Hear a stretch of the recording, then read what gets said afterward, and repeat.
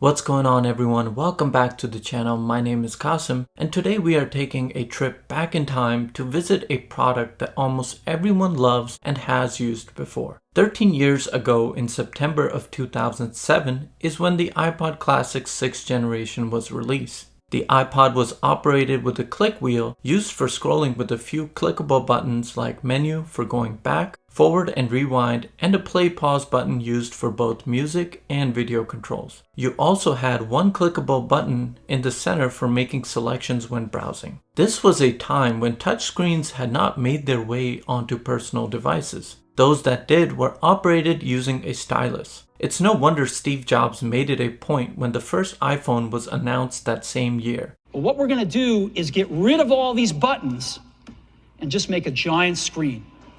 A giant screen. Now, how are we going to communicate this? We don't want to carry around a mouse, right? So what are we going to do? Oh, a stylus, right? We're going to use a stylus. No. No. Who wants a stylus?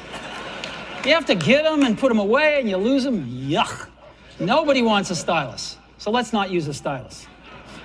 We're going to use the best pointing device in the world. We're going to use a pointing device that we're all born with. We're born with 10 of them. We're going to use our fingers. Up top, you've got the 3.5mm headphone jack, a port that is non-existent on most devices these days. 13 years ago, there was no Lightning port or USB Type-C ports, and using standard headphones didn't require weird dongles that we are used to today. Down below, you've got the 30-pin connector, which was the standard for all iPods back then. This iPod was capable of holding up to 20,000 songs, which is pretty much obsolete nowadays because most people are using streaming services.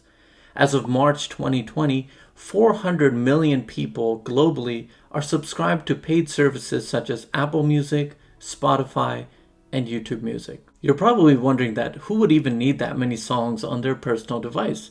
Well, this was a time that we actually remembered the things that were important to us and didn't have personal assistants to tell us of our daily tasks. Tell me my reminders for today.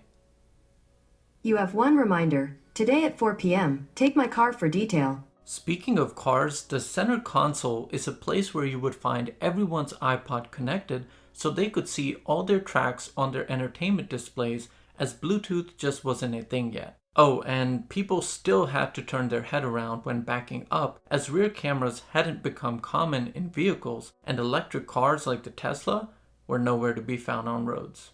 Think about that for a second. In just 13 years, so much has changed. Nobody would have ever thought that when this iPod was released that batteries would even be capable of operating vehicles. We've come a long way since the iPod Classic 6th generation. I mean, take the watch that's on my wrist as an example.